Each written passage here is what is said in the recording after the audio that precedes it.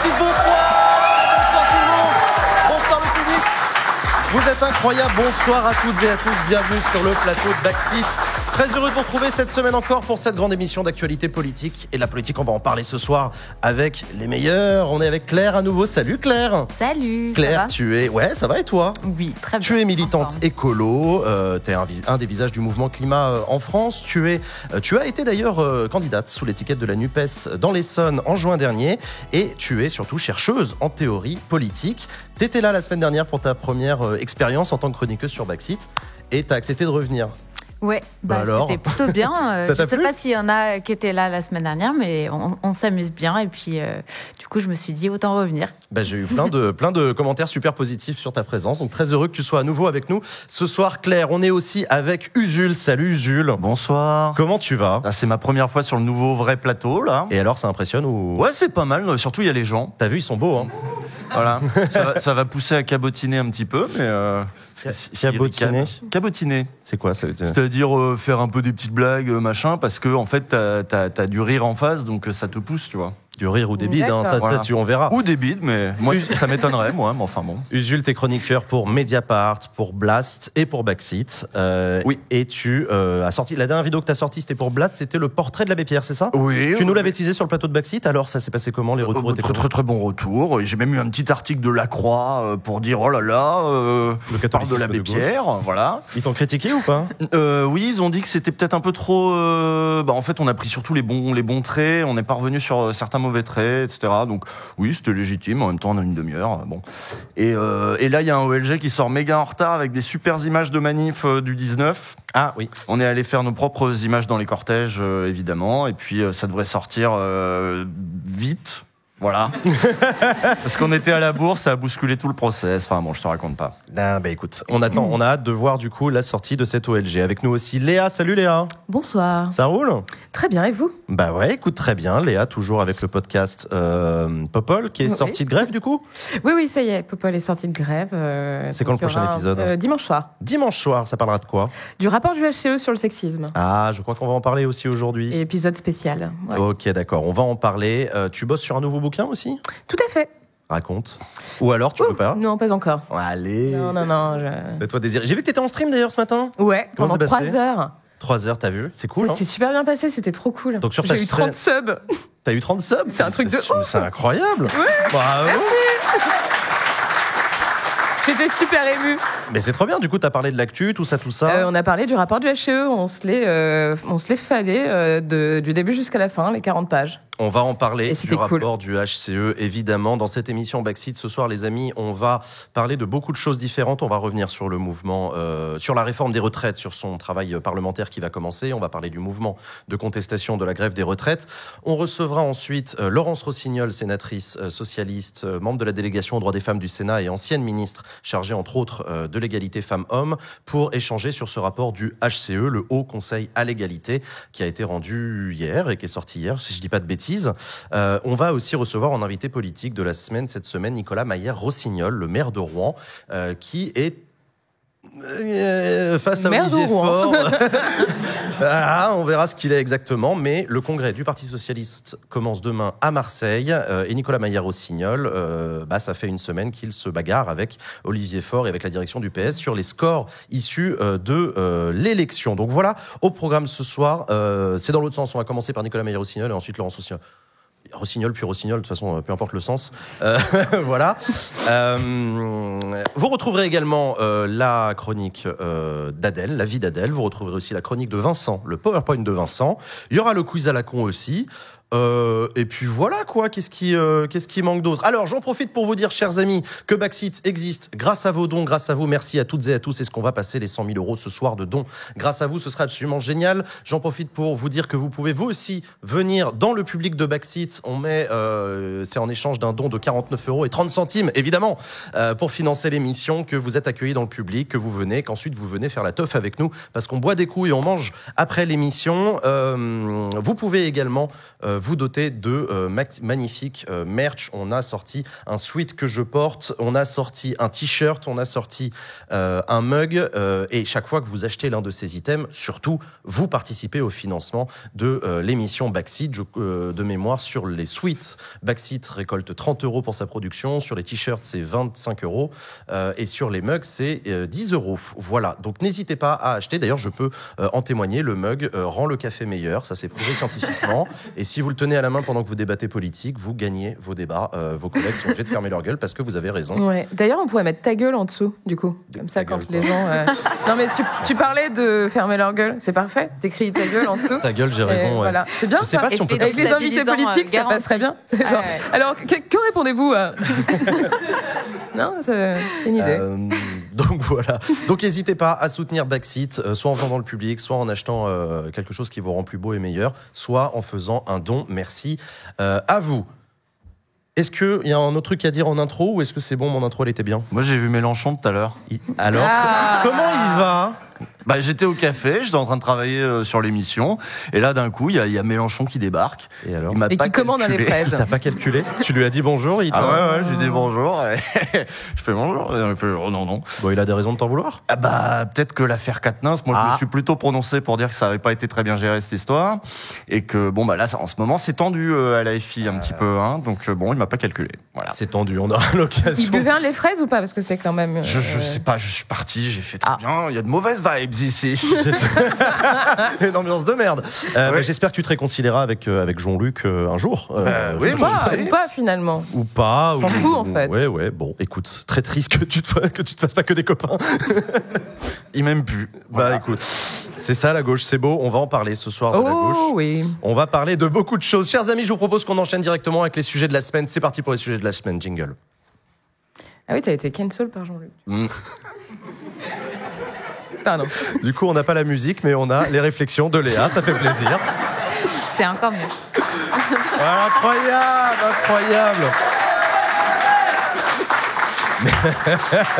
C'est pas moi, c'est le chat. C'est le chat, évidemment, qu'on embrasse. Évidemment, le chat, je vous le rappelle, hein, vous êtes face à nous, on vous lit, vous êtes là, vous êtes aussi le public vous voit, vous êtes les plus belles et les plus beaux. Merci à vous dans le chat, soyez les bienvenus. On voulait revenir ensemble et je voulais vous entendre sur les suites de la mobilisation contre la réforme des retraites. L'émission de jeudi dernier, c'était le premier jour de la mobilisation intersyndicale contre la réforme des retraites. On en a parlé avec Philippe Martinez qui est venu sur notre plateau. Ça fait une semaine donc que la mobilisation a lieu.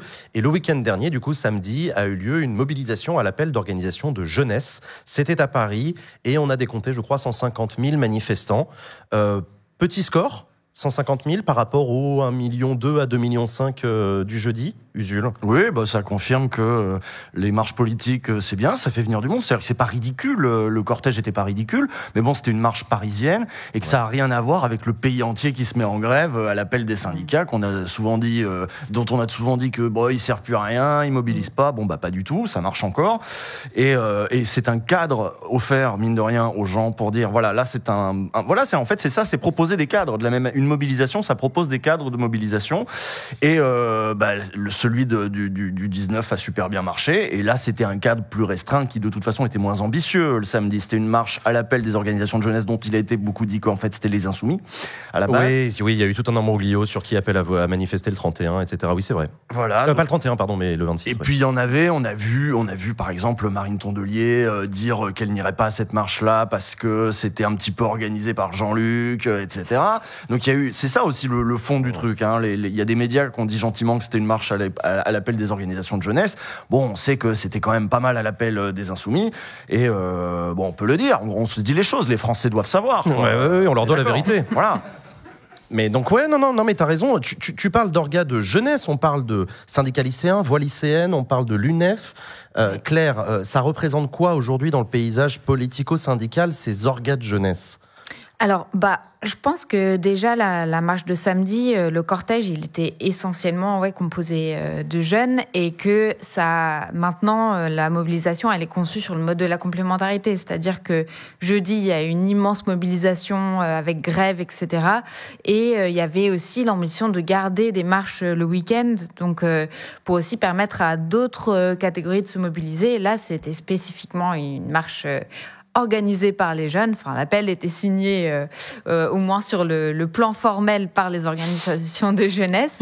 Donc, les organes de jeunesse politique, les organes syndicales, etc. Et je dirais que numériquement, si on est très sincère, ça représente pas une masse incroyable. Non, Néanmoins, quand on regarde, en fait, là, il y a eu des AG hier dans pas mal de facs. Donc, c'est un petit nombre, mais qui a un rôle structurant, en fait, et qui a un pouvoir d'influence qui n'est pas négligeable.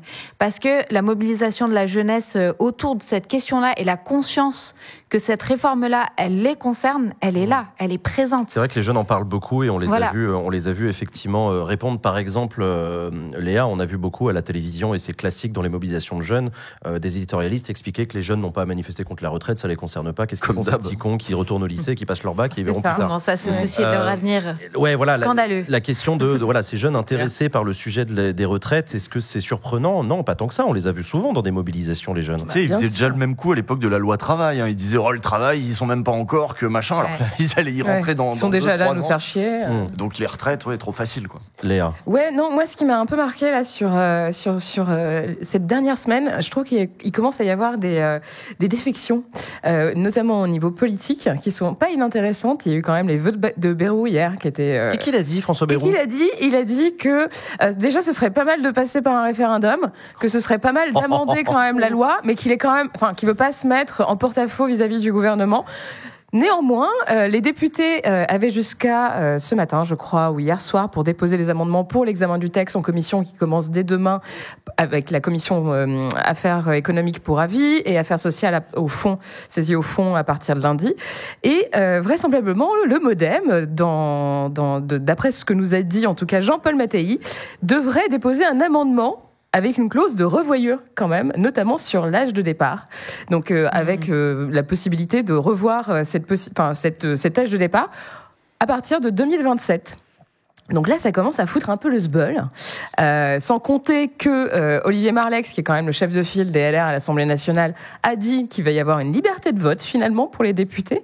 Les députés LR qui quand même... LR, on est d'accord que c'est de droite, voilà. A priori, juste, je replace un peu les choses dans leur contexte pour celles et ceux qui n'auraient pas totalement suivi, sont en train de dénoncer le projet de loi et la réforme en disant qu'elle est injuste. Donc c'est quand même fou. Je veux dire, là, on commence un peu à marcher sur la tête au niveau législatif, sans compter que j'ai fait des petites notes. Ah ben je vois ça. Là, t'es en plein. Est-ce que vous avez entendu parler du 47.1 ? Parlons-en. Jean, fais-nous un petit... T'es en train de... Ah, tu me donnes la parole. C'est incroyable, c'est vachement bien fait. Et après, je commenterai. Non. L'article 47-1, on en parle beaucoup, et notamment, on en fait un parallèle avec le 49.3. Il faut savoir que l'article 47.1 de la Constitution, c'est un article qui prévoit les modalités de discussion des lois budgétaires, et notamment du budget de la Sécu. C'est une loi qu'on peut pas discuter de manière assez classique pour des raisons on peut pas couper les aides aux gens, les allocations, l'assurance maladie, l'assurance chômage, l'assurance vieillesse. Donc, il y a un délai contraint de discussion pour les lois budgétaires, et donc c'est maximum 50 jours. Donc là, on va commencer à partir de demain en commission à l'Assemblée nationale, puis ensuite le Sénat, etc. 30, dans un maximum, le 30 dans l'hémicycle, dans un paquet maximum de 50 jours. En échange de quoi, la loi budgétaire doit se contraindre à discuter du budget. Or, la réforme des retraites, il n'y a pas que des mesures budgétaires. Il y a des mesures budgétaires où on recule l'âge légal de départ à la retraite, etc. Il y a l'allongement, l'accélération de l'augmentation de la durée de cotisation, bref. Mais il y a aussi un paquet sur le travail des seniors, 1 milliard d'euros de prévention de la pénibilité. Il y a 2-3 trucs comme ça qui sont dans la loi en plus de la réforme des retraites pour contrebalancer la réforme des retraites. Et ces trucs-là ne sont pas dans le projet de loi, et c'est normal parce que ça relève pas du budget. Par quoi ça va passer ? Il commence à se dire dans les milieux autorisés que ça passerait par un deuxième paquet législatif, une deuxième loi qui serait votée plus tard. Et quand ? Ça dépend, et ce serait peut-être l'été prochain à l'occasion d'une nouvelle session du Parlement, ce qui permettrait d'avoir un petit 49.3 gratos. Notamment. Et ce qui est quand même assez intéressant, si je peux juste me permettre de compléter sur le 47.1, c'est que en matière de procédure législative, ça implique un certain nombre de choses, notamment le fait que si le gouvernement décide de passer par le 49.3, les oppositions n'ont pas la possibilité de déposer des motions de censure, ce qui n'est pas inintéressant. Quand ça ? Quand on passe par le 47.1, interdiction de déposer des motions de censure dans les groupes d'opposition. Si. C'est écrit dans l'article 47.1 ? Ah oui. Notamment, et ce qui est drôle parce que Ciotti avait dit si vous sortez le 49.3, on va déposer une motion. Donc vraisemblablement, ce serait exclu. Et il y a aussi un élément qui est quand même assez important, c'est que à l'issue de ces 50 jours de discussion, si jamais le Parlement n'a pas trouvé un accord et n'a pas adopté le texte, le gouvernement peut légiférer par voie d'ordonnance. Ouais, c'est automatique. Et ça, c'est quand même fou, quoi. Et personne n'en parle. Ouais, mais l'ordonnance, à la fin, il y a de toute façon un vote de. Il y a une ratification, certes, mais ça n'a rien à voir avec un débat à l'Assemblée, quoi. Ah bah, Léa, t'étais en plateau avec une députée LREM ce Hier matin. soir, ouais. Hier soir, ouais.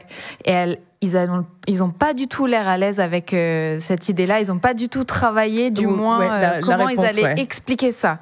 Parce que là, pour le moment, ils restent dans leur truc de on va faire de la pédagogie. Il y a pas longtemps, on a eu une petite session semi-YouTube, je sais pas, avec posez-nous vos questions sur la réforme des retraites. Ce qu'ils ont pas encore compris, c'est que l'opinion, elle est passée bien au-delà du stade des questions. Elle est dans une opposition qui, en plus, est en train de s'accroître. Pour une partie d'entre elles, en tout cas. Voilà, sur la partie retraite. Et du coup, là, je pense qu'ils savent pas du tout comment aller au bout de leur explication sur la légitimation de cet usage du 47.1 qui pourrait déboucher sur des ordonnances. Il peut pas ne pas y avoir d'usage de 47.1. C'est la différence avec le 49.3, c'est que le 47.1, c'est pas un truc qui se déclenche à la bonne volonté du gouvernement. Pour cette histoire de motion. Ouais, vérifie parce que moi, ça me paraît très bizarre. Sur les ordonnances, je suis certaine. Sur les ordonnances, c'est certain, mais l'automne dernier, il y a bien eu un 49.3 qui a été utilisé sur le PLFSS. Donc voilà. Usul. Ouais, c'est passionnant ces histoires de droit constit. Je pense qu'on est tous à fond dedans là. Mais ouais, monsieur. On est suspendus à vos lèvres.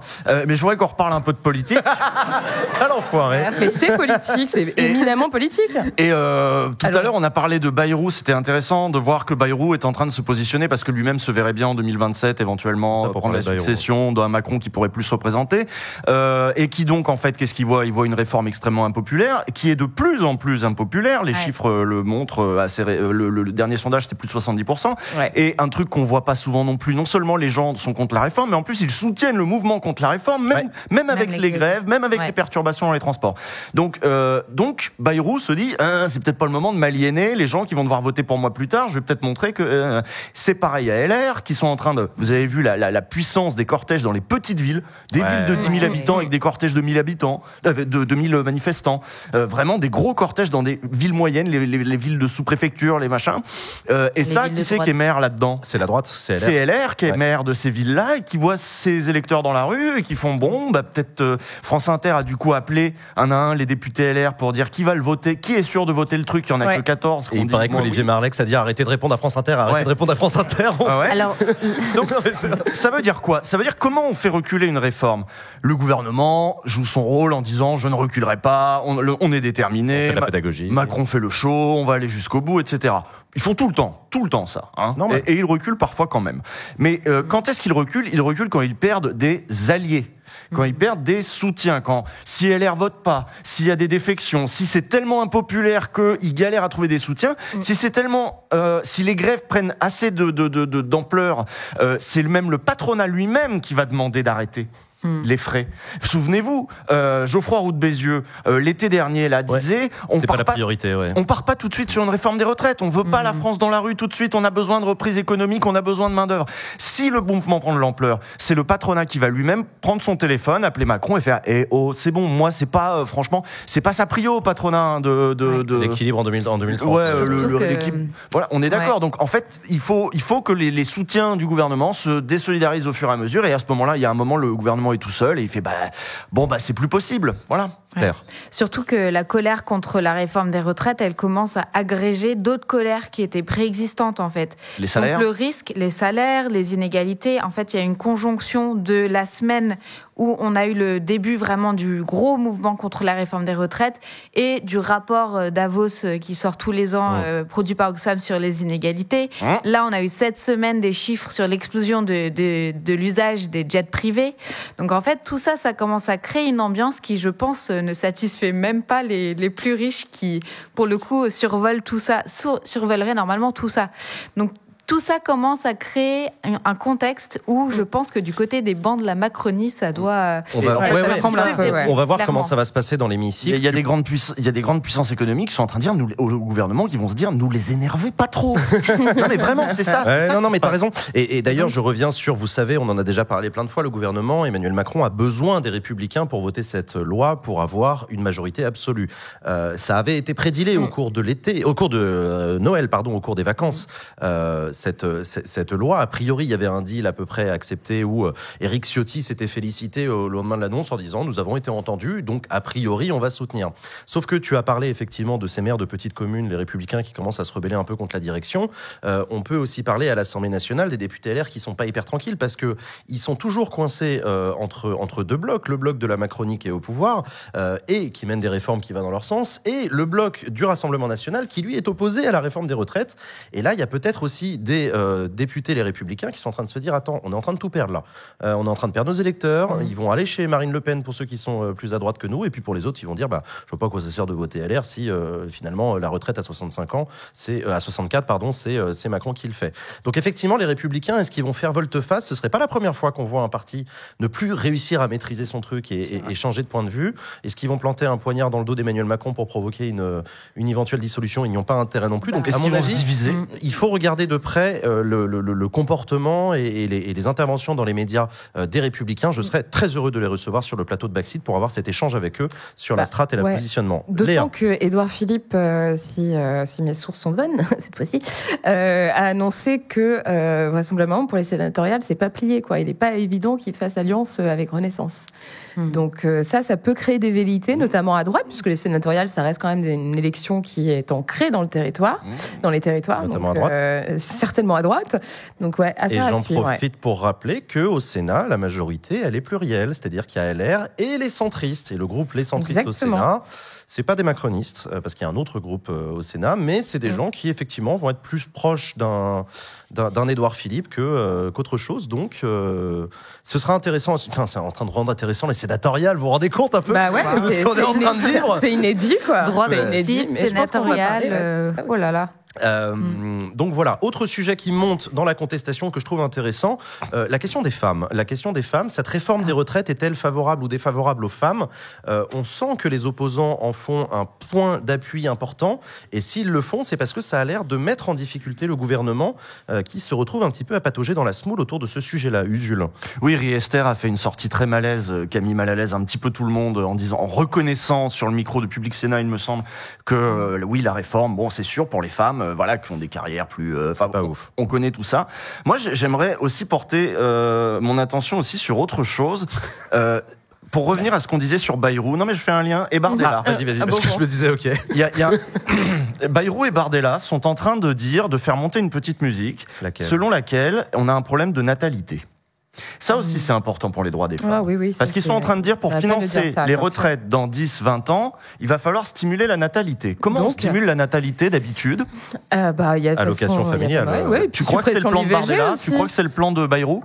Non, Bardella, non. Bardella, il est en train de nous préparer un argumentaire qui va, à terme, fragiliser, y compris le droit à la contraception. Oui, et à l'avortement. Et qu'est-ce que va faire Bayrou comme politique familiale, pareil? Si c'est une politique... Parce que jusque-là, en général, ça n'a pas été de stimuler les gens en les récompensant avec de l'argent. Ça a été plutôt faire des punitions, etc., faire des règles, machin. Ça dépend. La politique familiale en France, portée par la droite et par la gauche, ça a beaucoup reposé sur les caisses d'allocation familiale, quand même. Très bien, mais ils vont couper dans quoi pour remonter un petit peu, je sais pas, les allocations familiales, etc. Et puis j'ai même envie de rajouter autre chose. Il y a, en fait... Je vais briser un tabou. S'il y a un problème de démographie, c'est l'immigration, ouais. En fait, oui, l'immigration, ça marche. Ouais. On a le choix entre l'immigration et peut-être un contrôle accru du ventre des femmes. Voilà. C'est le choix qu'ont fait les Canadiens, etc. Oui, t'as raison. Ouais. Ça aussi, c'est un truc qui est une musique qui est en train de monter par-dessus ces questions de retraite et de démographie. Et pour ajouter, ça implique aussi une certaine vision de la famille et de comment la famille s'organise. Exactement. Et donc, ce qui est en train d'être préparé, c'est non seulement une attaque sur les droits contraceptifs des femmes, mais aussi un retour à une vision patriarcale de la famille où la femme reste à la maison s'occuper des nombreux petits-enfants français et blancs, bien sûr, dans la vision de l'extrême droite. Et vraiment, en fait...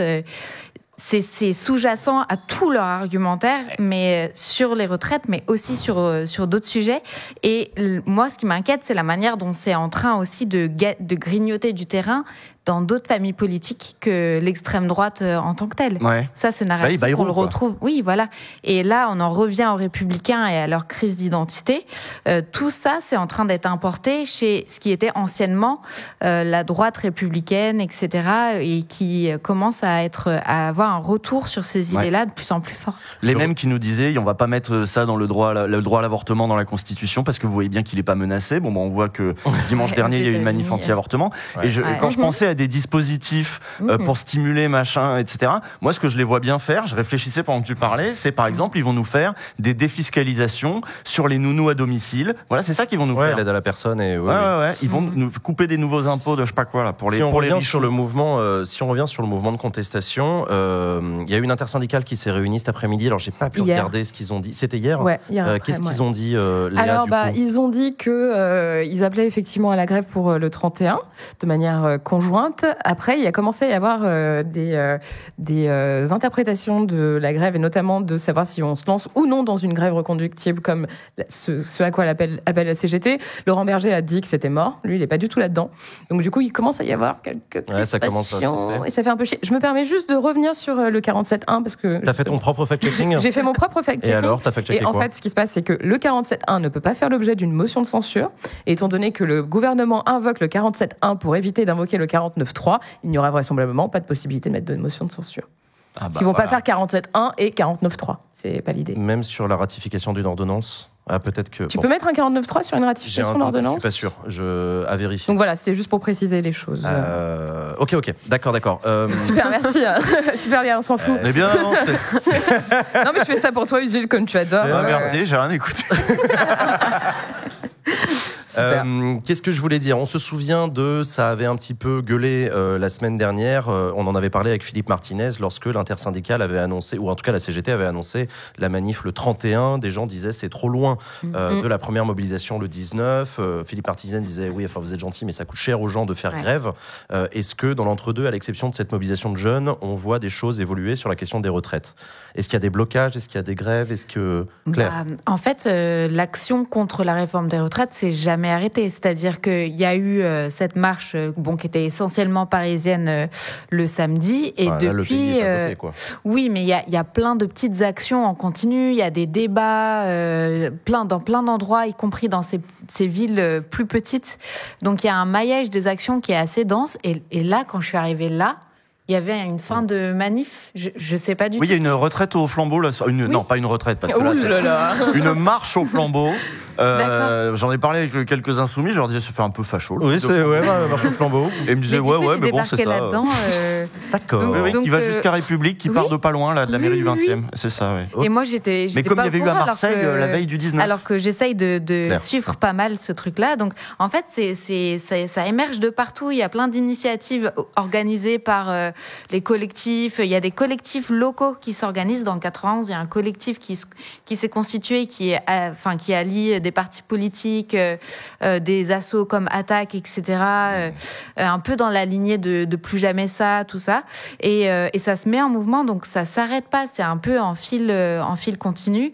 Et quelque part, c'était aussi la crainte par rapport à ce mouvement, c'est que ça s'essouffle parce que il y a ce contexte de précarité économique sous-jacent et que ça empêche, ça freine le mouvement de grève en tant que tel. On verra. Mais vu qu'il y a un relais qui est pris, je suis pas sûre on peut décrire ça comme un essoufflement, même au contraire, parce que justement, on voit que l'opposition à la réforme, elle est plus en augmentation. Dans les sondages, oui, j'attends de voir la mobilisation du 31 pour voir si on est sur une progression en nombre de manifestants, ce qui sera un indicateur intéressant, pas le seul à regarder, mais un indicateur intéressant pour voir si le mouvement va de l'avant. Pour l'instant, j'ai pas en tout cas l'impression qu'on soit dans une situation similaire à ce qu'on a connu par le passé, avec des blocages, avec des grèves qui perturbent plus que ça. Ah si, on en prend le chemin, hein. Bah ouais, moi j'attends de voir. Moi, j'ai pas l'impression quand même. plus que ça. Ou peut-être qu'on regarde Moi, j'ai pas l'impression les que choses de la plus même le manière. je sais gouvernement pas. parle, plus les représentants de la majorité parlent, plus les gens sont contre la réforme. Quoi. Oui, Ouais. bah, ça progresse effectivement dans l'opinion publique. Il faut croire qu'il y a des arguments qui font mouche. On parlait des femmes, par exemple, la question des jeunes qui se mobilisent aussi. On sait que l'opinion publique est sensible aux mobilisations des jeunes. Il y a toujours eu un truc, si les gamins descendent dans la rue, c'est que ça doit être quand même vachement sérieux et Tu c'est crois important. Ouais. Ah ouais. Non, c'est assez intéressant. Le CPE, J'espère. c'était aussi ça. Enfin, tu vois, manif de lycéens, les Français, ils disaient non, mais attends, les gamins, là, c'est une mauvaise loi. Si les gosses, ça les précarise, c'est pas dingue. Donc, il y a un truc intéressant là-dessus. Pour revenir sur le débat parlementaire, donc qui va s'ouvrir à partir de, pour le plus grand plaisir du Jules, qui va s'ouvrir à partir de demain. Il y a aussi une question qui est intéressante, c'est de savoir est-ce que la NUPES ou est-ce que la France Insoumise va aller dans une stratégie d'obstruction. La stratégie d'obstruction au Parlement, la plus classique, c'est un bon gros DDoS avec plein d'amendements pour flouder au maximum le texte, empêcher le débat et ralentir. Ce qui est intéressant, c'est que l'article 47.1, comme il limite en temps la durée des débats, en fait, cette stratégie-là de flouder les débats pour les ralentir, ça bénéficie qu'au gouvernement, qui a juste à attendre les bras croisés, qui défendent des amendements pendant des heures, et au final, du coup, ça les arrange bien. Du coup, l'intergroupe de la NUPES, mardi ou mercredi matin, a décidé de ne pas prendre cette stratégie-là, de laisser tomber l'idée de faire ça. Ils vont essayer d'être plus smart et pas de faire de l'obstruction, mais au contraire, de chercher à mettre en minorité le gouvernement sur des amendements bien ciblés, bien négociés, voire avec les LR, RN, etc. Ça promet des débats incroyablement sportifs à l'Assemblée, de la suspension de séance pour faire rentrer des députés, pour faire voter. Je vais essayer au maximum de streamer ça pour vous expliquer tout ça et on va suivre ça en direct. Mais ça va être rock'n'roll au Parlement et encore une fois, on l'a déjà dit sur ce plateau, mais je le redis, il y a de l'enjeu au Parlement. Tout n'est pas écrit à l'avance. Mais même du côté de la majorité, en fait. Mais même du côté de la majorité. Hier, il y majorité. avait justement une réunion de groupe pour trier les amendements déposés par les députés de la majorité, parce qu'il y en a énormément. Alors, c'est peut-être que l'obstruction va venir de là où on l'attend la moins. Ils ont vraiment fait genre une séance où ils ont trié les amendements pour dire bon bah ça c'est identique, ça c'est pas identique, on va pousser ça, on va pas pousser ça. Donc il y a quand même au sein de la majorité, beaucoup d'amendements qui sont déposés vraisemblablement. Je voulais aller voir d'ailleurs pour faire plaisir à Usul le nombre d'amendements qui sont déposés sur le dossier législatif. Mais ça va être crucial, oui. Pour les mobilisations à venir. Il y a quelqu'un dans le chat qui dit Jean qui vit sa meilleure vie. Oui, carrément. J'en suis très heureux. Allez-y les députés, faites votre boulot de député. On verra bien. Et puis après, voilà, c'est pas parce qu'un amendement est déposé qu'il est défendu. Voilà, on verra bien. Est-ce qu'on a un dernier truc à dire sur ce sujet pour pas avoir de regrets, Claire? Non, peut-être. Moi, j'insisterai sur en fait l'importance symbolique du fait que les jeunes s'engagent là-dedans et le fait que ça rend le gouvernement assez fébrile et enfin globalement le pouvoir. Enfin, là, ils ont mis quand même 30 étudiants en garde à vue pendant 22 heures du campus Condorcet où ils étaient juste en train de faire une réunion et se sont retrouvés en garde à vue. Enfin, et en fait, tout ce qu'on se disait là de 19h à 19h30 sur aussi ce que vivent les jeunes là et le monde dans lequel on leur demande de s'insérer dans le monde du travail. Enfin, juste, il y a un moment, il va y avoir un énorme non. Et en fait, pour moi, ce non à la réforme des retraites venant de la jeunesse, c'est aussi un non à plein d'autres choses. Enfin bon, on verra. Non, je suis d'accord avec toi. Je continue à dire que la météorologie des mouvements sociaux, c'est pas une science exacte. On nous avait déjà promis par le passé, au moment des ordonnances travail en 2017, que ça allait être une rentrée rouge, etc. Bon, on verra. Je vais aller dans le sens de Claire aussi et formuler une hypothèse. Il n'est pas exclu non plus que on soit aussi dans une queue de comète des gilets jaunes avec des gens qui sont rentrés dans la politique et même dans la contestation, alors qu'ils y étaient pas, qu'ils étaient assez éloignés de la contestation et qui sont rentrés dedans à travers ce mouvement d'il y a quelques années et qui aujourd'hui le retrouvent. Moi, dans les cortèges, j'ai vu des gilets jaunes. J'ai vu des gens avec des gilets jaunes. J'ai discuté avec des gens avec des gilets jaunes et des gens qui pouvaient être un peu plus éloignés de la politique avant, qui s'y sont mis et qui réinvestissent aussi ce mouvement-là à leur façon. Et qui sont un peu réveillés sur ce truc-là. Et leur point commun avec les jeunes, c'est le travail, c'est le rapport au monde du travail qui est d'une violence aujourd'hui, qui est un travail qui est plus violent aujourd'hui qu'il ne l'était avant. On a démantelé du droit du travail, on a assoupli, on a flexibilisé, et les gilets jaunes comme les jeunes se retrouvent sur un marché du travail dans lequel ils sont ballottés, ils ont plus de protection. Donc je pense qu'il y a des points communs aussi. Quand tu parles de queue de comète, ça peut marcher dans les deux sens. Ça peut aussi être des gens fatigués qui disent après tout, pourquoi se remobiliser? On a bien vu. Mais là, les jeunes marché. sont là. Non, je suis d'accord, et je vois quelqu'un dans le chat qui fait référence au fait qu'Emmanuel Macron parle de plus en plus du SNU en disant qu'il va faire des annonces, etc. On verra bien ce qu'il annonce, mais il a moyen de mettre tous les jeunes de France dans la rue très rapidement s'il raconte n'importe quoi. Il fait ce qu'il veut, hein, mais voilà, entre l'uniforme à l'école avec Brigitte Macron et un truc SNU plus ou moins obligatoire, ça peut partir en couille très très vite. Vous connaissez l'image du tube de dentifrice, c'était au moment de mai 68, je crois. On disait ça, on disait les jeunes, c'est comme du dentifrice une fois qu'il est sorti du tube, donc en gros, qu'il va dans la rue, c'est impossible de le faire re-rentrer. Titre. Pardon. Ouais, bien sûr. Une émission sérieuse. J'ai le droit à un titre, c'est tout. Oui. Donc voilà, SNU, c'est quoi ? C'est le service national universel qui a été expérimenté au cours du premier quinquennat et sur lequel Emmanuel Macron souhaite avoir une généralisation. Je mets des guillemets parce qu'on ne sait pas encore quelle sera la nouvelle mouture de ce dispositif. Est-ce que ce sera une augmentation du nombre de places ouvertes ? Là, on est à 30 000 par an, un peu plus. Ou est-ce qu'on est à un CSNU obligatoire, comme c'était promis par le candidat Macron à la présidentielle. On verra. Je ne sais pas où tout ça nous mène. Mesdames et messieurs, nous avons le plaisir d'accueillir cette année un invité pour venir parler du sujet. Alors, j'ai plusieurs intros possibles. Ça fait une semaine que je m'arrache les cheveux pour savoir comment je le présente. C'est l'information de l'année. Mesdames et messieurs, je vous demande d'accueillir sur le plateau de Backseat le maire de Rouen. Il est socialiste. Il s'appelle Nicolas Mayer-Rossignol.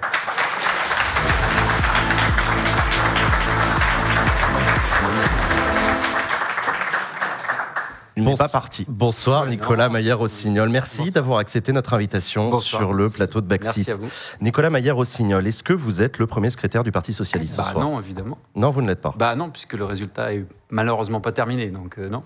Ce n'est pas terminé. Olivier Faure a-t-il gagné alors ? Non plus, c'est bien le problème. De toute façon, toute la France l'a vu, je ne vais pas vous raconter des blagues. Toute la France. On n'est pas capable d'organiser un scrutin avec 24 000 votants et on n'a pas de résultat. Vous savez, moi j'ai déjà perdu des élections, ça arrive à tout le monde, en gagner, en perdre.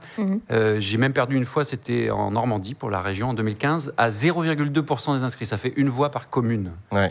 Dans le quart d'heure, je félicitais le gagnant. Le problème, c'est que là, on a eu un scrutin qui était, c'était le bazar, quoi, voilà. Alors, c'était quoi ce bazar ? Parce que quand vous dites on n'est pas foutu d'organiser une élection à 25 000 votants, 24 000, ouais. 24 000, c'est la direction sortante du Parti Socialiste que vous accusez, Olivier Faure et les siens, non ? J'accuse pas, c'est pas une accusation, mais ça y ressemble. Je constate juste que, vous voyez, au bout d'une semaine, on n'a pas un résultat qui est clair, ce qui est embêtant pour tout le monde. Normalement, quand vous avez un scrutin, personne n'est censé s'auto-proclamer. Normalement, vous avez soit une instance indépendante, genre le ministère de l'Intérieur, qui dit voilà le résultat. Soit vous avez ce qu'on appelle nous une commission de récollement, c'est-à-dire toutes les parties, tous les candidats qui sont ensemble, qui regardent, est-ce qu'il y a telle irrégularité, etc., etc. Puis à la fin, ça donne un résultat qui est clair pour tout le monde. D'ailleurs, on avait fait un vote le 12, parce que là, on parle du vote du 19. On a fait un vote le 12. Le premier tour. Il y a eu la commission de récollement et tout s'est bien passé. Et là, en fait, tout le monde s'est pas mis d'accord. Et donc, parce que Olivier Faure s'est proclamé vainqueur, on l'a vu dès le soir avant la commission de récollement. Vous aussi, vous êtes proclamé vainqueur avant la commission de récollement. C'est le petit jeu des soirées où tout le monde est fatigué et fait des vidéos parce que l'autre en a fait une. Et Parce que vous regrettez d'avoir fait cette vidéo, du coup ? Je pense que c'est pas bien globalement. Le problème, c'est que quand vous êtes dans la soirée comme ça, effectivement, c'est pas une bonne chose. Mais de toute façon, à la fin, vous devez avoir une commission qui dit, voilà, le résultat, il est incontestable pour tout le monde. Et en fait, cette commission a commencé à bosser. Nous, on fonctionne par fédé, c'est-à-dire fédération par département. Il y en a une centaine. Il y en avait de mémoire 45 qui avaient été validés. Il y a une quinzaine qui était en cours, et puis le reste n'avait pas encore été fait, puis à ce moment-là, ça a été arrêté. Voilà. Ça donne une très mauvaise image du Parti Socialiste, vous le savez, vous le dénoncez. Vous aussi, votre concurrent Olivier Faure sur Public Sénat il y a 2 jours a déclaré, je cite, il y a des professionnels de la déstabilisation autour de Nicolas Mayer-Rossignol. Ouais, non, il vous accuse à demi-mot d'avoir provoqué cette crise. Écoutez, moi je veux pas rentrer dans la polémique. Tout ce que je peux dire. On y est là. Ouais, d'accord. Mais je vais pas l'alimenter. C'est absurde. Des professionnels de la déstabilisation, je pense pas que ce soit des mots qu'on devrait utiliser entre camarades. Voilà. Mais simplement, par contre, ce qu'on peut dire, c'est que globalement, est-ce que le scrutin s'est déroulé dans de bonnes conditions ? Je veux dire, toute la France a vu que non. Je rappelle que c'était 24 000 votants là. En 2018, c'est-à-dire au début du mandat d'Olivier Faure. Et attention, je ne suis pas en train de l'attaquer, je donne juste les chiffres, ce n'est pas sa faute à lui spécifiquement, mais au début, on était à 38 000 votants. 38, 24. En 2015, 71 000 votants. 71 000, 38 000, 24 000. Là, vous ne faites qu'imager le fait que le Parti Socialiste est plutôt en recul quand on l'avait remarqué. Donc, c'est pas la gloire. Donc, l'idée, c'est essayer d'avoir des procédures qui soient à peu près exemplaires. Et ce qu'on a vu là, c'est que visiblement, c'était pas le cas. Et je vais aller plus loin, et je l'ai déjà dit, je le regrette, mais malheureusement, on a des situations depuis longtemps avec... j'essaie d'être précis, soit des irrégularités, c'est-à-dire que les gens pensent pas forcément à mal, mais ont pas forcément le bon matériel et c'est pas tout à fait conforme au code électoral. Mais ça veut pas forcément dire qu'il y a une mauvaise intention, c'est parce que vous avez des militants qui, bon voilà. Mais ça peut exister aussi, la mauvaise intention. Oui, soit des fraudes, effectivement. Alors attention, dans la grande majorité, il faut être clair quand même, dans la très grande majorité, et bien sûr, y compris pour plein de gens qui n'ont pas voté pour moi, heureusement, ça s'est passé de façon transparente, démocratique, etc. Le problème, c'est dans quelques cas qu'on connaît bien, et j'en ai cité plusieurs, ils sont publics, et d'ailleurs, vous avez des vidéos sur Internet. À des fédérations en particulier Oui, mais on en a parlé. J'ai cité Liévin, par exemple, mais il y en a d'autres. Et tout est sur Internet. Vous avez vu à la Courneuve ce qui s'est passé. Voilà. Après, encore une fois, j'essaie d'être précis. Dans ces cas-là, qu'est-ce qu'il faut faire ? Soit vous revotez, mais si vous ne changez pas les conditions du vote, le risque, c'est que les mêmes causes produisent les mêmes effets. Soit vous annulez des scrutins dans des fédérations. Soit vous avez une commission qui dit là, c'est pas possible, ça a été irrégulier, on enlève. À ce moment-là, il faut que la commission, c'est le rôle de la commission de récollement, elle aille au bout de son boulot, ce qui n'a pas été fait. Soit, comme c'est pas franchement le moment de passer son temps à se regarder le nombril et à faire des votes sur des votes, vous essayez de sortir par le haut et c'est ce qu'on essaie de proposer maintenant et j'espère qu'on y arrivera à Marseille. Vous proposez quoi spécifiquement ? En fait, ce qui se passe, c'est que là, on regarde un score où les gens s'écharpent, moi le premier, et vous avez raison, ça donne une très mauvaise image, mais on est à 49-51 ou 51-49 selon les camps. Mais si vous raisonnez juridiquement, il y a une différence. Si vous raisonnez politiquement, ça veut dire que grosso modo, vous avez 2 camps à part égale, à peu près.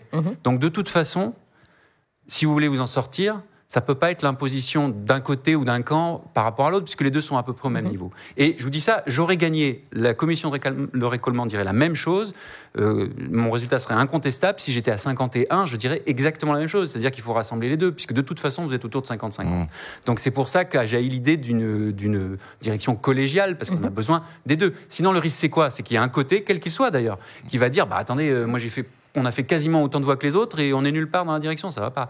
Donc l'idée, c'est d'avoir une direction collégiale. Usul. Ou faire plouf-plouf, ouais. Non, on peut tirer au sort aussi, on peut faire au penalty, on peut faire plein de trucs. On se dirige vers, du coup, un vote à nouveau, là. Et quelle garantie il y aurait que ça se passe dans d'autres conditions ? Non, justement. Non, pas de vote à nouveau. Mais alors, moi, j'ai halluciné, j'ai vu l'article, là, dans l'Express, qui rentre un peu dans le détail. C'est-à-dire qu'on parle quand on parle d'irrégularité, les cas, dont Liévin et d'autres, c'est des gens qui sont empêchés de rentrer dans le bureau de vote, c'est des intimidations de gens qui tournent autour, machin. C'est une dame dans un fauteuil à qui on dit si vous voulez voter, faut vous lever de votre fauteuil parce qu'elle est en fauteuil. Enfin des trucs mais vraiment hallucinants. C'est le signe de quoi ? Pourquoi ces pratiques-là ? Et je pense aussi au fait de s'arranger après pour raconter les résultats qu'on veut. Là, on voit que si les deux se sont proclamés avant même d'avoir les résultats, c'est qu'en fait c'est pas un vote, c'est un rapport de force aussi et une guerre de communication. De com, bon, c'est des pratiques qui viennent de loin, c'est des pratiques dont Mélenchon avait beaucoup parlé, qui l'agaçait au PS, de on se donne tel score, on s'arrange en haut, on va dire que toi t'as fait 3, etc. De Mélenchon en termes de oui, non mais d'accord, mais ce soir on parle pas de Mélenchon, on parle du PS. Si je puis me permettre. Oui, mais je suis d'accord, je suis pas sûr qu'il y ait beaucoup de leçons à donner. Non mais je ne pas certain, oui, mais c'est pas le sujet. Mais là on parle du PS. On parle de démocratie. C'est le signe de quoi ça ? Pourquoi ces pratiques elles ont survécu ? Parce qu'elles sont anciennes, alors, pas toutes, elles sont folkloriques. Ouais. Non, enfin, je pense qu'il y a plusieurs choses dans ce que vous dites. D'abord, il y a des choses nouvelles. La guerre de com, c'était pas la même il y a 10 ans, il y a 20 ans, il y a 30 ans, il n'y avait pas Internet, c'était pas la même chose en termes de communication. Après, sur le vote, c'est ce que j'essayais de dire aussi, ce que vous avez dit, c'est que là, si on revotait dans les mêmes conditions, le risque, c'est que les mêmes causes produisent les mêmes effets. Je veux quand même insister sur le fait que, encore une fois, pour la très grande majorité des cas, ça s'est très bien passé. Mais évidemment, ce qui est visible dans l'espace médiatique, c'est ce qui s'est mal passé. Et c'est pour ça qu'on dit, soit il y a 2 solutions pour en sortir. Soit vous revotez, mais à ce moment-là, il faut des garanties nouvelles. Ça peut prendre du temps. Vous n'êtes pas sûr que ça marche. Est-ce que c'est vraiment le moment ? Retraite, assurance chômage, contexte social, pouvoir d'achat ? Franchement, je suis pas sûr. Soit vous dites, de toute façon, il y a Marseille. C'est de toute façon un résultat politique à 50-50. Donc, essayons de trouver un truc qui permette de rassembler tout le monde. Enfin, en gros, est-ce que c'est le dernier clou sur le cercueil ? Ou est-ce qu'on arrive à une sorte de renouveau et de rassemblement ?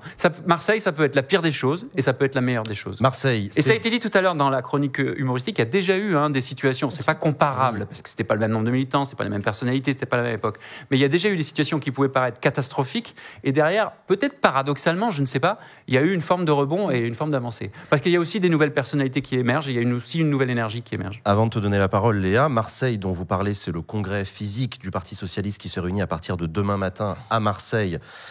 Dans quel état d'esprit vous y allez, vous ?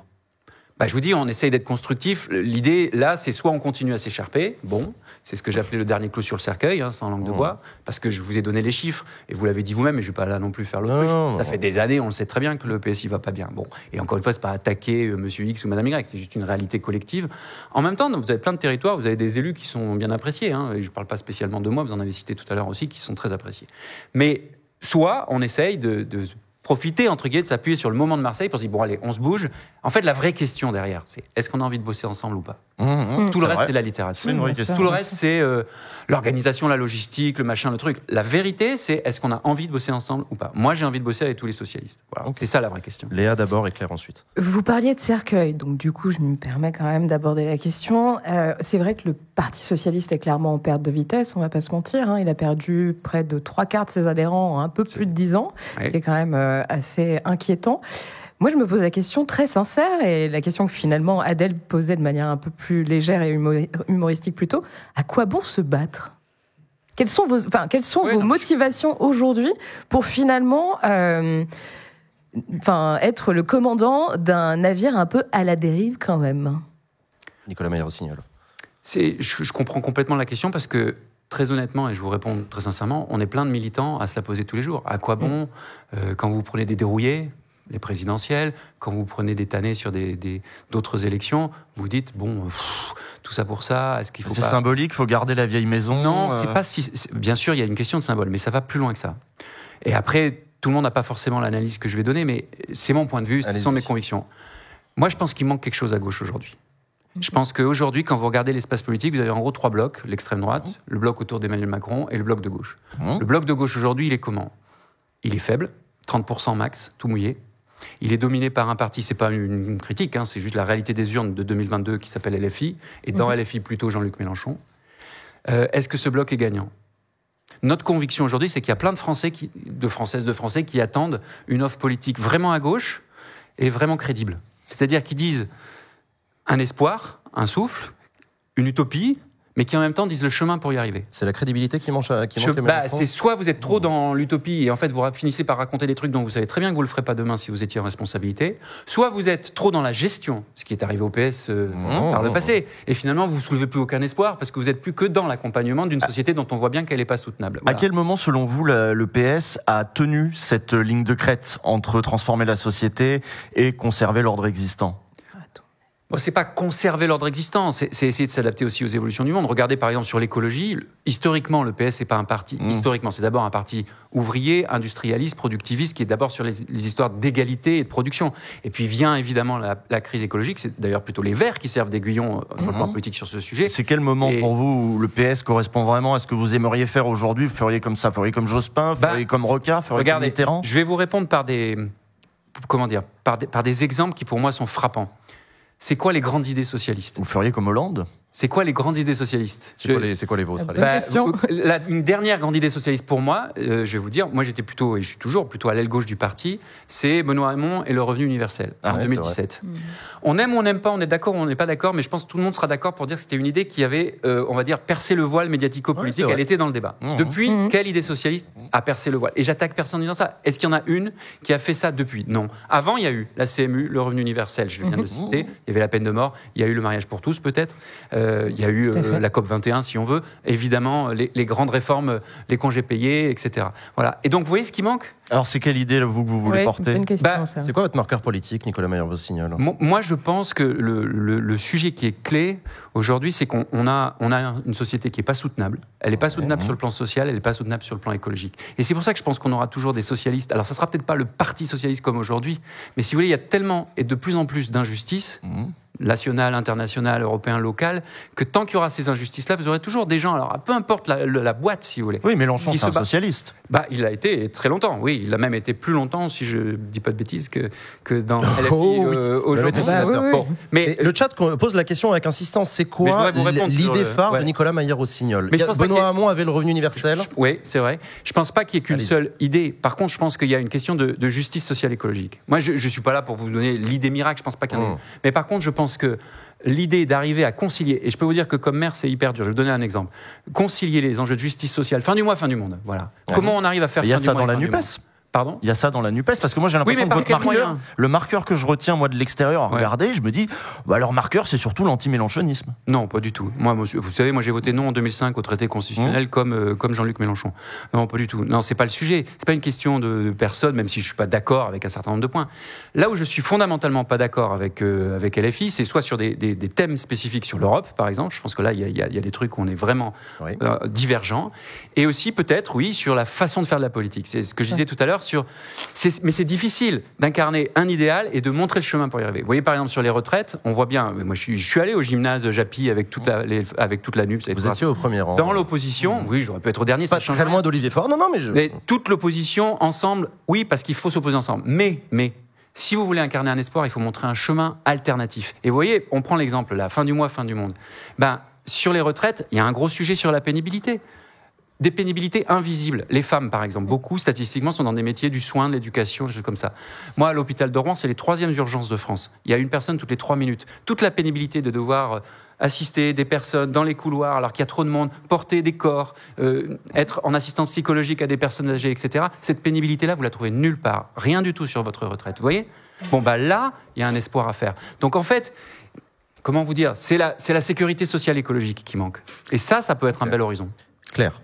Certains vous répondront là-dessus que ces dimensions de proposition et tout ce que vous avez souligné, notamment sur la pénibilité, c'est des choses qui sont aussi portées par d'autres partis au sein de la NUPES. Ouais.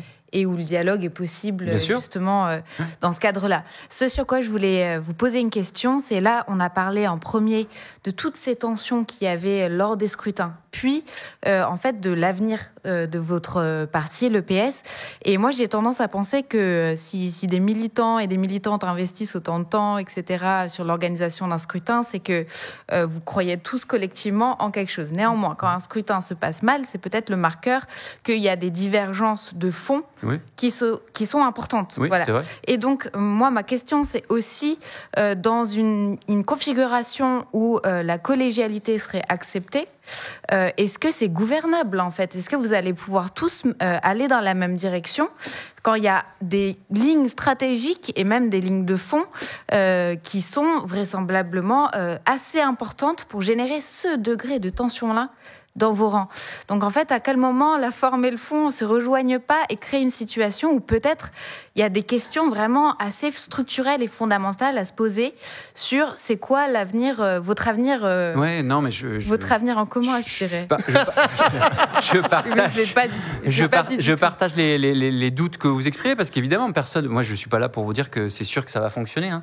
Ce que je peux vous dire, c'est qu'effectivement, il y a des différences, il y a quand même des convergences. Faut pas non plus exagérer. Par exemple, sur le rassemblement de la gauche, on est tous d'accord pour le rassemblement de la gauche. Simplement, on n'est pas. C'est la forme. Non, c'est pas que la forme. C'est la question de, je sais pas, du centre de gravité, du barycentre, du point d'équilibre de ce rassemblement. Aujourd'hui, c'est ce que j'ai essayé d'exprimer tout à l'heure. Il est dominé, mais c'est pas un mauvais mot. Il est dominé par un autre parti politique qui s'appelle LFI au niveau national. Et nous, notre conviction, c'est que si on reste dans cet attelage comme ça. Non pas qu'il faille mettre fin au rassemblement lui-même, mais si on reste dans ce rassemblement avec ce centre de gravité-là, le risque, c'est qu'à la fin, on ne convainque pas une majorité de Français. Parce que là, on est à 30 et pas à 50. Donc là où vous avez raison, je crois, c'est qu'effectivement, il y a des différences, je dirais pas des divergences, mais des différences sur la façon de remettre le socialisme au cœur de cette gauche. Est-ce que le PS est au cœur de la gauche aujourd'hui ? Franchement, non. Il y a quelqu'un qui fait remarquer dans le chat, LFI 22%, PS 1,7%. Donc la domination de LFI, oui. Oui, c'est ce que j'ai dit sur les élections nationales. Sur les élections nationales. Mais quand pour vous, ça a figé les rapports de force et ça les a pas c'est pas représentatif de la place que devrait avoir chacun, en fait. Ce que j'essaye de dire, c'est que ça correspond à un moment, c'est le moment de 2022.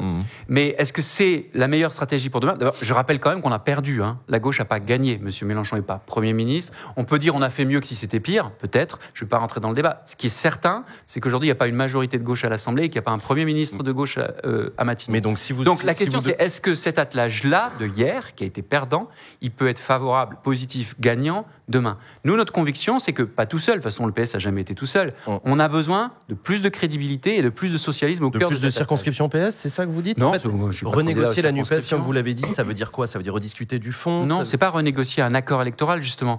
C'est avoir un projet. Oui, bien sûr. C'est quoi le projet socialiste aujourd'hui ? Je vous repose la question, est-ce qu'il y a des idées socialistes fortes aujourd'hui ? Moi, j'ai essayé de vous donner un exemple tout à l'heure sur l'écosocialisme. La sécurité sociale. sur la sécurité sociale et écologique. Il faut donner des exemples concrets. Par exemple, au niveau européen et national, vous avez des produits qui viennent d'autres pays dont on sait très bien qu'ils n'obéissent pas aux mêmes règles écologiques et sociales. Ils ne sont pas taxés. Vous n'avez pas une écluse sociale écologique qui les remettrait au même niveau que les produits qu'on produit en même ici. temps, Nicolas avec Maillard-Rossignol, quand je vous demande quelle est votre réforme structurante, vous avez du mal à être. Je viens de vous en donner une. Oui, mais ça, par exemple, ça fait pas lever les gens, ça fait pas rêver les gens. Non. Qu'est-ce que, voilà. Mais vous voudriez en fait qu'à nouveau le PS retrouve la tête de l'attelage de gauche comme avant, mais en effet, vous avez du mal à incarner. Vous dites l'utopie, mais les gens, ils ont peut-être besoin d'une grosse bifurcation, et ça explique aussi le succès de Mélenchon. Tout à fait. Mais sauf que le succès, on peut le voir de deux façons. On peut le voir comme 22 contre 1,7. On peut aussi le voir comme ça fait 3 fois que je suis candidat à l'élection présidentielle et ça fait 3 fois que je perds. C'est une autre façon de voir les choses, vous voyez. Donc, je pense qu'il faut faire un peu gaffe à ça. Moi, mon utopie, ce serait que ce qui est vraiment utile à notre société soit vraiment valorisé dans notre société. Voilà mon utopie. C'est que les gens qui bossent à l'hôpital et qui veulent plus bosser à l'hôpital public, parce que c'est l'exemple que je vous donnais tout à l'heure, parce que c'est trop dur, parce que c'est mal payé, parce que c'est pas valorisé dans notre société, eh ben on les voit autant à la télévision que d'autres. Donc un marqueur du PS, ça a pu être la retraite à 60 ans. Ça, vous êtes d'accord ? Ça mobilise les gens, ça, la retraite à 60 ans. Ben vous voyez, c'est 60 ans à l'époque. Ah, à l'époque, oui, à l'époque. Mitterrand. C'était il y a 40 ans, avec l'espérance de vie, elle a augmenté de 10 ans.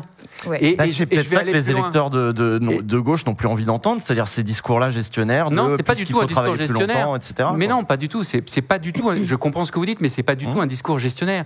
Qu'est-ce qui est le plus juste ? Donc pas de retraite à 60 ans. C'est 60 ans, 40 annuités. Faut vraiment, parce que le débat, il est en fait sur les annuités. C'est 60 ans, 40 annuités. Qu'est-ce qui est le plus juste et qu'est-ce qui est le plus de gauche ? De dire, on va mettre tout le monde au même niveau, 60, 40 annuités, quand vous savez très bien que tout le monde n'est pas dans le même état physique et mental à 60 ans selon votre carrière, selon que vous avez bossé sur les chantiers dans les je sais pas moi, dans l'industrie à Rouen ou dans des bureaux à Paris, que vous avez bien gagné de votre vie, tant mieux pour vous.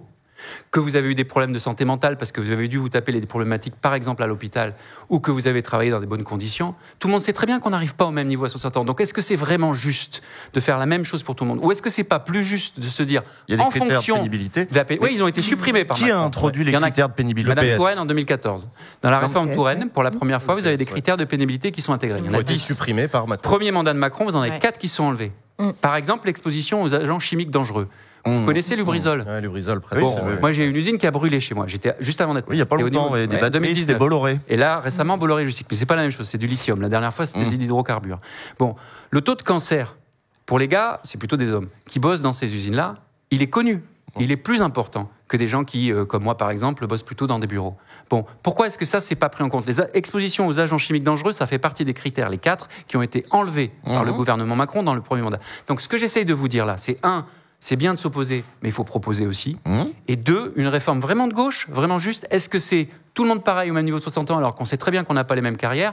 Ou est-ce que c'est permettre de partir plus tôt que 60 ans pour des gens qui ont des métiers vraiment pénibles et peut-être plus tard pour d'autres ? On va avancer. Dernière question pour vous, Nicolas Maillard-Rossignol. On voit ce qui s'est passé donc au Parti socialiste que vous déplorez vous aussi dans cette démocratie interne qui a du mal à se mettre en place. Quels conseils vous pourriez donner aux insoumis qui réfléchissent à la démocratie au sein de leur parti ? La mettre en place ? Mais avec ses défauts, parce que ce que vous décrivez, ce qui se passe au PS... Non, mais c'est la phrase de Churchill. C'est la démocratie, c'est le pire des systèmes, à l'exception de tous les autres. D'accord. C'est vrai que les votes, ils se passent bien quand il n'y en a pas. Franchement, moi, je préférerais toujours, et même si ça peut vous paraître bizarre, mais je vais le dire quand même, je préférerais toujours qu'on ait, même dans cette situation aujourd'hui, qui est catastrophique, je suis bien d'accord, mais qu'on permette à nos militants de participer à un exercice démocratique, plutôt que de dire c'est comme ça, c'est pas autrement. Mais d'ailleurs, les militants, là, ils en ont marre. Hein. Vous leur répondez quoi à ceux qui disent ça suffit, vos guéguerres de chef. Nous, ce qu'on veut, c'est que vous avanciez sur les vrais dossiers, il faut se positionner sur les retraites, il faut qu'on s'organise. Ouais. Ils en ont marre un peu. Oui, je les comprends, mais d'une part, quand il y a des fraudes, je suis désolé, mais moi, je vais pas me taire. Et 2, il y a un moment politique, et c'est pour ça qu'il faut profiter, c'est le mot que j'ai employé tout à l'heure, de Marseille, s'appuyer dessus pour sortir par le haut avec une direction collégiale, parce que c'est une façon de répondre à cette exigence de rassemblement. L'autre option, ça serait de refaire du vote, mais là, on revient sur le débat de tout à l'heure, on risque d'avoir les mêmes causes produisant les mêmes effets s'il n'y a pas des garanties supplémentaires. Vous serez à Marseille demain, Nicolas Maillard-Rossignol. Je vous recommande un pastis sur le Vieux-Port. Il paraît que ça réchauffe les cœurs. Merci Nicolas Maillard-Rossignol d'avoir accepté notre invitation sur le plateau de Baxi.